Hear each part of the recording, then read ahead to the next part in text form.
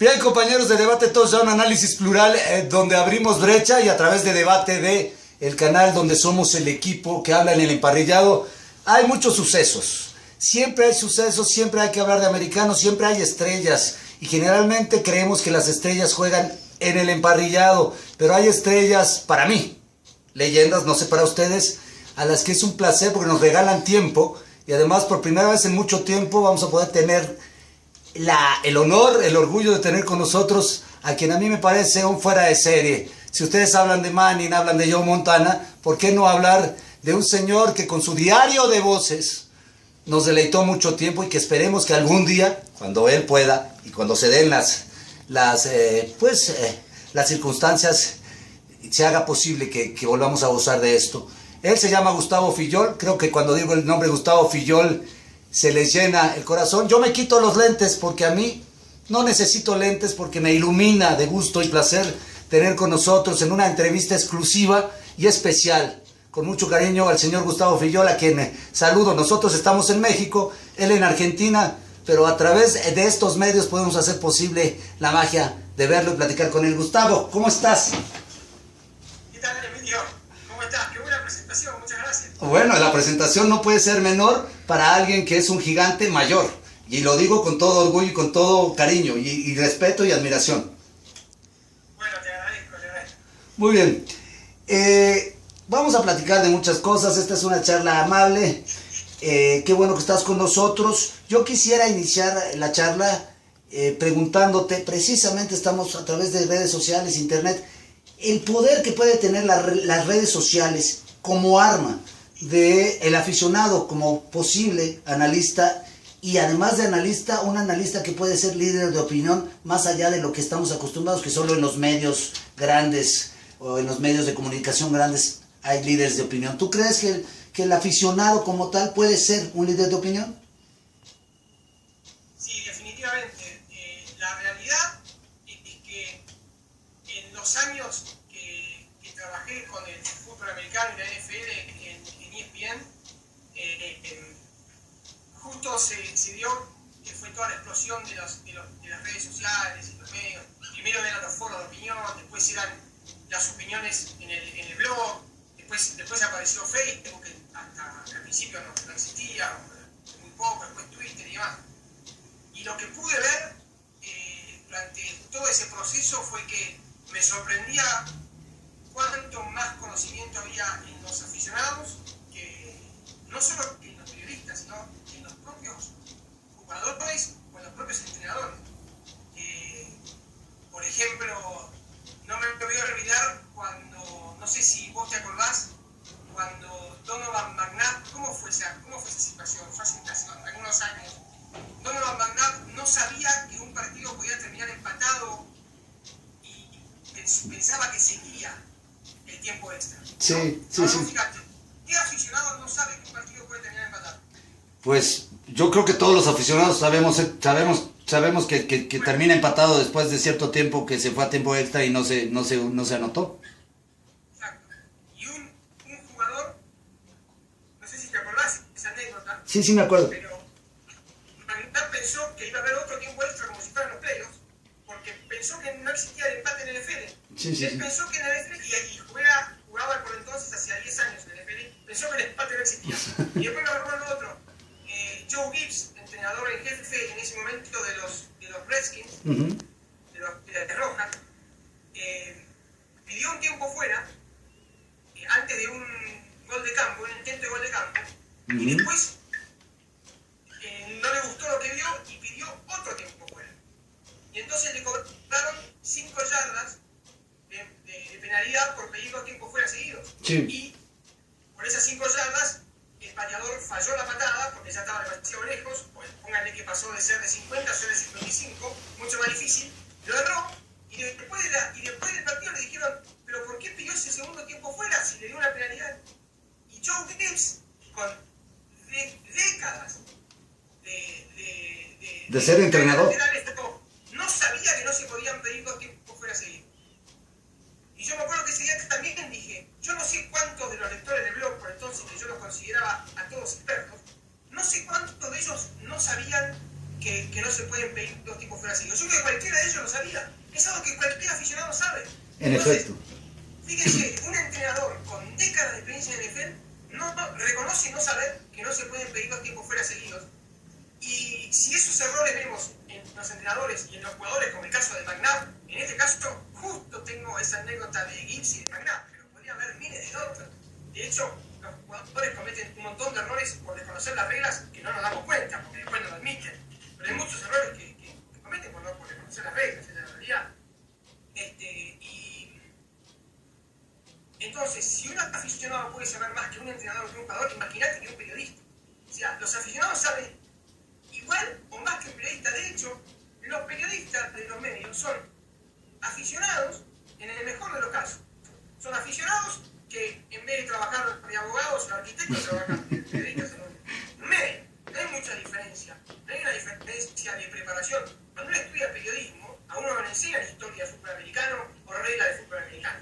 Claro. Le enseñan cómo expresarse, le enseñan en todo caso historia del periodismo. Si uno estudia periodismo deportivo, que yo no estudié periodismo deportivo, pero los que estudian periodismo deportivo sí le enseñan, pero le enseñan de todos los deportes.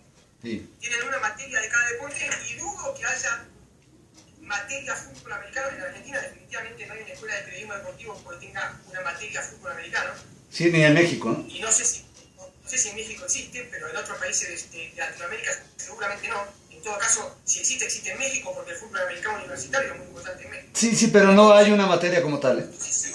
Si uno no es que por ser periodista estudió fútbol americano, por lo menos en Argentina no, entonces, si uno lo que sabe de fútbol americano lo sabe por aficionado. De modo que uno es un aficionado devenido que tiene la suerte de trabajar de periodista. Pero, mira, voy a hablar específicamente en la época del blog del diario Voz, donde estaba la comunidad de los Wilson que seguía el diario, había 2 o 3 Wilsons que opinaban ahí en el foro del diario de Voces, que definitivamente sabían más que yo. Sabían más que yo. Yo lo admito acá, frente a todos. Había 2 o 3 que yo lo tenía muy identificado, que le podía decir el nombre, que sabían más que yo. Y los demás probablemente también. Lo que pasa es que no escribían tanto. Pero había otros que escribían mucho, que yo notaba a las caras que sabían más que yo. Me imagino que uno de ellos era David Garfias, ¿verdad? Yo se dedicó a eso, nada más. Sí, me imagino que uno de ellos era David Garfias, ¿verdad? Bueno, ese podría ser uno, por ejemplo. Sí. Bueno, David, pensé en 3 por decir un número, pero David seguramente debe saber más de historia del fútbol americano que yo, y eso que a mí me apasiona la historia del fútbol americano. Y mi hobby cuando trabajaba en esta materia en ESPN era escribir historia, y investigar y hacer relatos históricos. Pero David sabe un montón de historia. Así que, si para opinar hay que tener conocimiento, y el conocimiento muchas veces es mayor de parte del aficionado, no veo por qué el aficionado no puede salir a opinión. El único problema, uno diría, y esto es curioso, uno diría que el único problema es el aficionado que no puede sacarse lo que nosotros llamamos la camiseta. El fanatismo. El fanatismo. Entonces el problema del aficionado es que cuando opina el aficionado de los vaqueros son lo mejor del mundo, y cuando opina los aceleros son lo peor del mundo. Juegue como juegue. Ese es el problema del aficionado. El problema, genialmente, es que en el periodismo pasa lo mismo. Sí. Acá sí no voy a nombrar, acá sí no voy a decir nombre, pero uno, leyendo o escuchando, nota claramente a qué equipo le va cada periodista. Yeah. Entonces ese problema que supuestamente es el aficionado, en el periodismo también existe. Pero entonces hay una diferencia entre el aficionado y el fanático, por decirlo de una... Yo tengo un dicho que dice, para fanatismos están las sectas, para aficionados el fútbol americano.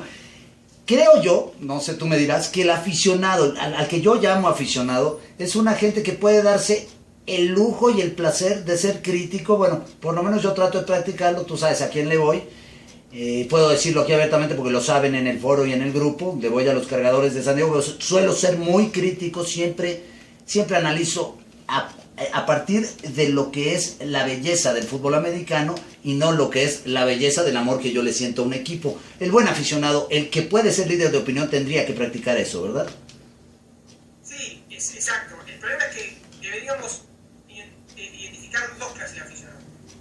El aficionado al fútbol americano, que es en lo que me englobo yo. Por eso cuando me preguntan cuál es mi equipo, no lo digo porque a pesar de que tuve un equipo de mis amores cuando era chico, la realidad es que después me enamoré del fútbol americano como deporte, como juego, como fenómeno.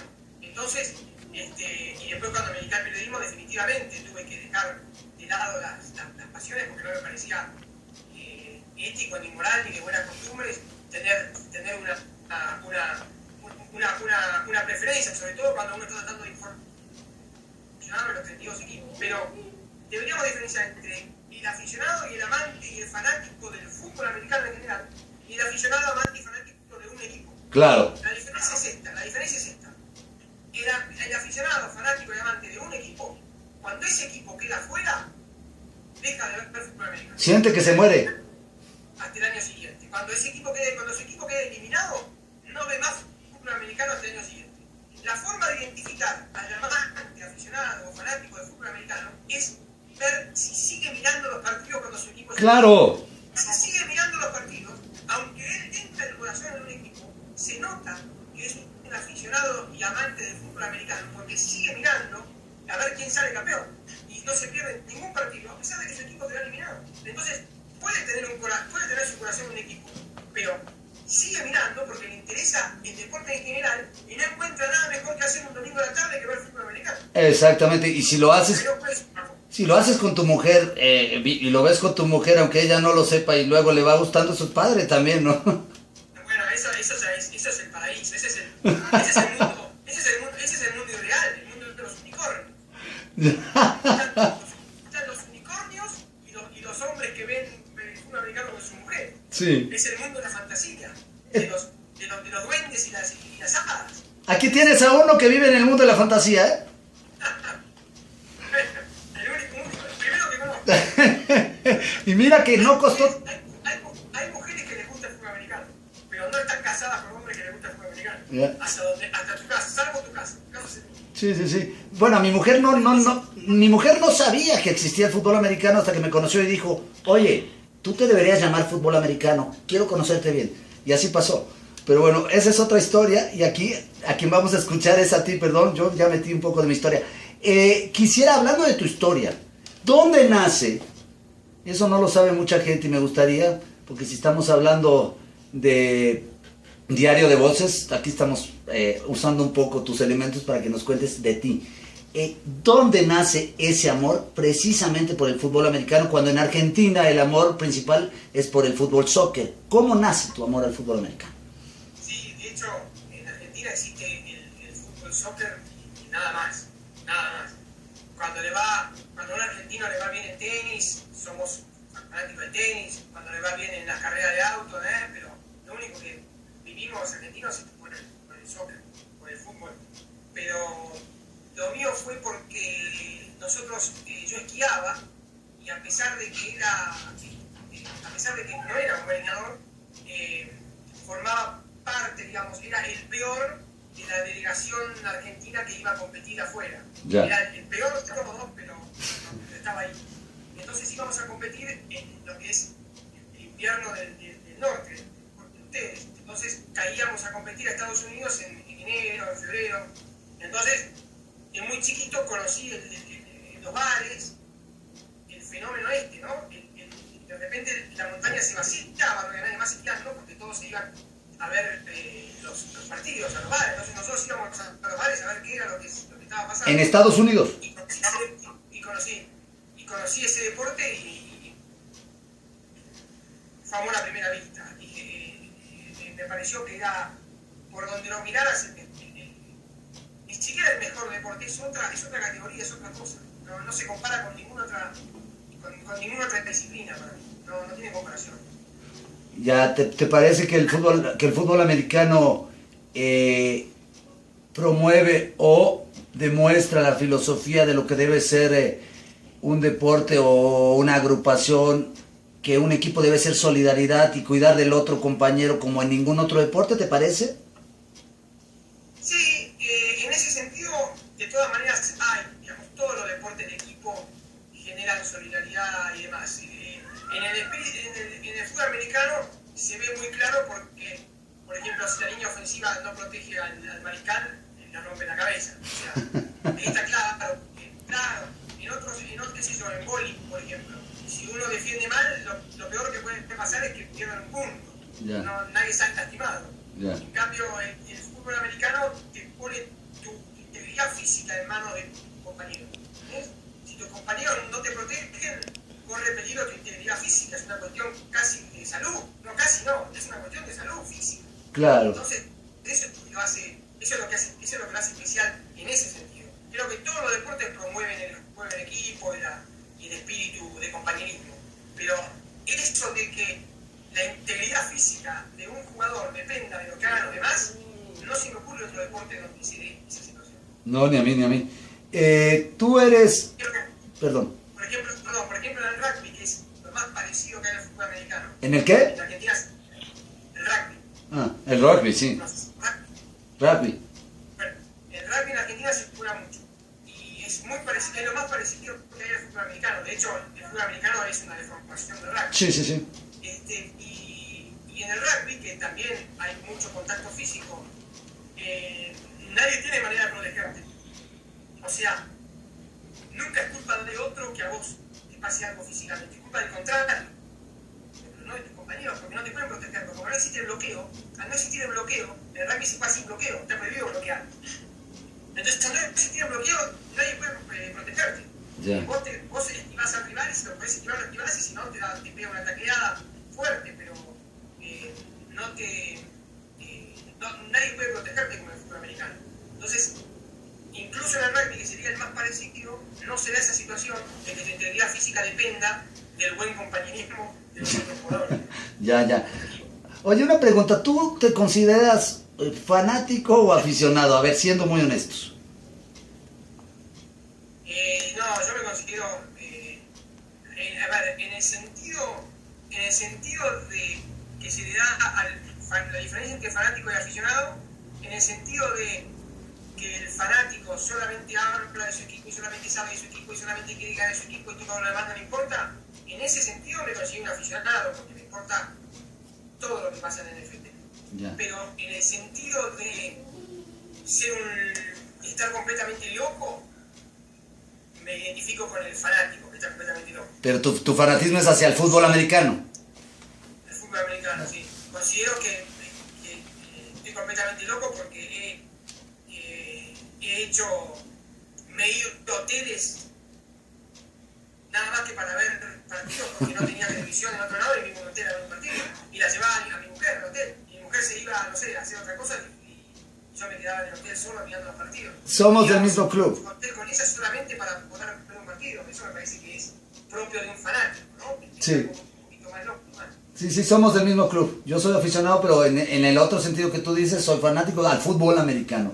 Y soy fanático al análisis. Ahora bien, entonces, hablando de aficionados y del poder del aficionado, México es un país que, pues según sé, y creo que no miento porque estoy informado, es el que tiene el segundo mayor número de aficionados. Sí, definitivamente. Sí. Pero Latinoamérica tiene también un muy buen número. ¿Tú crees que, sin hacer críticas más allá a la NFL, tendrán sus políticas, pero tú no crees que hace falta que incluso como producto, no mediático, producto de venta, si quieres verlo ya de una manera un poquito más práctica, por decirlo de alguna manera, le ha faltado a la NFL saber llegar al aficionado, saber ver el número de gente y el potencial que tiene el fútbol americano como deporte y como afición en Latinoamérica? ¿Vos sabés algo de golf? ¿Sabés lo que es el Masters? ¿Te gusta? Sí, no sé mucho de golf, pero sí. Bueno, el Masters de Augusta es como el gran torneo de golf de los Estados Unidos, ¿no? Junto con el US Open, el Masters es el más tradicional. Sí. Y el Masters de Augusta se juega en un club que se llama el Club Augusta, Sí. Augusta National. Y ese club está organizando ahora, en este momento, en Argentina, para toda Latinoamérica, un torneo para aficionados, para amateurs, no para profesionales, y el ganador del torneo va a jugar el Masters con los profesionales, con Tiger Woods, con Rory McIlroy, con todo, ¿entendés? Y ahí juegan, lo organiza el Masters, lo organiza el club, junto con la Asociación de Golf de los Estados Unidos, la USGA, United States Golf Association, la Asociación de Golf de Estados Unidos, junto con el club Augusta, organiza este torneo donde hay representados 30 países de Latinoamérica, 129 jugadores, ¿entendés? Y llevan al ganador a jugar al Masters. Aunque no tiene el nivel de Tiger Woods, va a jugar al lado de Tiger Woods. Entonces, esto lo hace en Latinoamérica, y lo hace el golf, que es mucho menos comercial que la NFL. Yo realmente no entiendo la política de la NFL. Entiendo las explicaciones, pero así que en ese sentido lo entiendo, pero no lo entiendo en el sentido de que no lo puedo creer. Las explicaciones son que privilegian los mercados con mayor poder adquisitivo, ¿no? Como Europa. Sí. Pero no existe en Europa El amor. la pasión. Existe la pasión que existe en México por Estados Unidos. Y hablo de México porque Latinoamérica es también, el resto de Latinoamérica también tiene fanáticos y demás, pero comparado con México, o sea, México debe ser el 90% de la fanaticada de NFL de Latinoamérica es mexicana. Sí. Y después en el resto de los países debe haber 10%. Lo digo yo que lo viví en el blog de ESPN, de la comunidad que se había formado, el 90% era mexicano, así que ese número lo dice todo. Y no hay en ningún país de Europa, mucho menos en Inglaterra, una penetración del fútbol americano como hay en México. Y entonces, ¿por qué se juegan partidos en Londres y no se juegan en el DF o en Monterrey? Y dicen, bueno, por la plata, porque el dinero manda y no hay mucha plata. Pero hasta donde yo sé, lo que mueve el dinero es la popularidad. Exactamente. En internet lo que mueve el dinero son los clics. No importa si el clic viene de Londres, del DF o de Buenos Aires, o de Santiago de Chile, o de Caracas o de Bogotá. No importa son los clics. Y yo estoy seguro que si lo medimos en clics de internet, la NFL recibe muchísimo más clics medidos por donde sea de México que de Londres. Y vos a una empresa le das clics y la empresa paga. Y no le das clics y la empresa no paga. Entonces, si lo que quieren es que las empresas paguen para generar plata, que al final esa es la excusa que ponen, entonces busquen la popularidad de los clics. Y los clics, por decirlo en términos de internet, están en México mucho más que en Inglaterra. Debe haber 100 clics en México por cada clic en Inglaterra. Estoy seguro, estoy convencido. No sé ese número porque nadie lo va a divulgar porque no quiere. Pero uno ve lo que es cuando muestran los bares en México el día que juegan los vaqueros o los aceleros, no sé qué, muestran los bares en México, es una locura. Muestran un bar en Inglaterra y hay un tipo con un gorrito, aburridísimo. Y todos los demás quieren ver fútbol, soccer, o quieren ver rugby, o quieren ver cricket. Claro.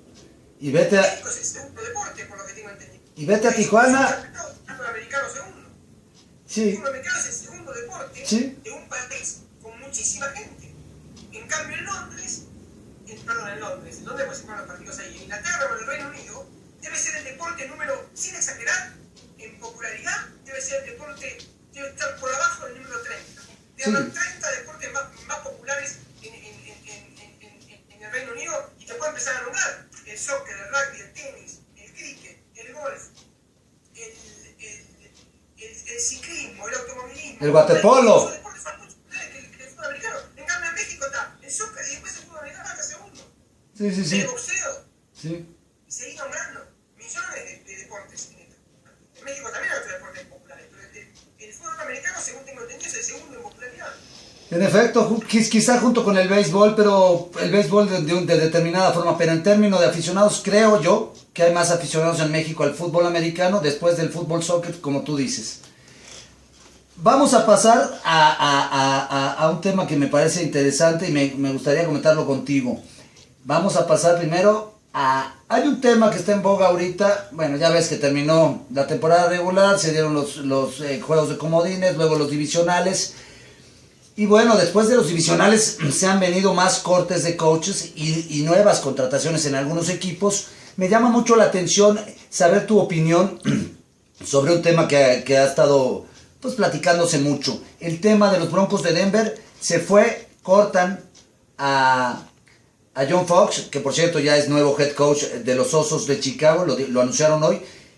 Lo cortan. En la percepción de un servidor, a Fox no era el coach idóneo para Denver por muchas razones. Su historial a mí por lo menos me dice que en los momentos de crisis no sabe pues activar nuevas estrategias o adecuarse y lo ha demostrado. Yo siempre he dicho siempre decía que era el punto débil de los Denver Broncos. ¿Tú qué opinas? Napoleón decía que elegía a sus generales no por su capacidad, sino por su suerte. Sí. Y si Fox era general, era miembro de la Armada de Napoleón, o del ejército de Napoleón lo nombraba general, pero por su suerte. Era el tipo, para mí es el tipo de las últimas 2 décadas con más suerte en el NFL. El peor entrenador con más suerte. Ya me lo dijiste todo. En la relación capacidad-suerte, la mayor relación de menor capacidad y mayor suerte es la de John Fox. El tipo, cuando estaba en Carolina, estaba enamorado de, ¿cómo se llamaba ese mariscal que tenía? The Home. Rodney Peete. Rodney Peete. Tenía como mariscal titular a Rodney Peete. La gerencia de Carolina le busca como mariscal reserva a Jake Delhomme. Sí. Que era reserva de Aaron Brooks en New Orleans, y había mostrado ser un tipo con buenas agallas porque había entrado en un partido contra Tampa Bay y había logrado una primera oportunidad en una situación de máxima presión donde todos pensaron que iba a correr. El tipo agarró, la pasó, cambió la jugada, la pasó, ganó el partido él y quedó libre. Y esa temporada baja quedó libre y la gerencia se lo contrata a John Fox y John Fox dice, no sé para qué lo contrataron, mi mariscal es Rodney Peete, a Jake Delhomme ni siquiera lo quiero acá, pero por esas cosas que se dan entre la gerencia y los entrenadores, a la gerencia le gustaba Delhomme y se lo pone. El primer partido de esa temporada empieza en la primera mitad, Rodney Peete, la primera mitad del primer partido lanza no sé cuántas intercepciones, un desastre, un horror. Y en el medio tiempo se ve que lo presionan a Fox o se lastima a Rodney Peete o qué sé yo y lo mete a Delhomme. Delhomme le da vuelta a ese partido que Rodney Peete lo había dejado como 3 touchdowns abajo. Le da vuelta a ese partido y la estrategia absolutamente conservadora de Fox deja de ser la estrategia del equipo porque Delhomme es un tipo arriesgado y un típico pistolero que toma riesgos y entonces como no había forma de jugar conservadoramente con Delhomme porque por más que Fox quería darle un espíritu conservador, el propio Delhomme siempre cambiaba las jugadas, se arriesgaba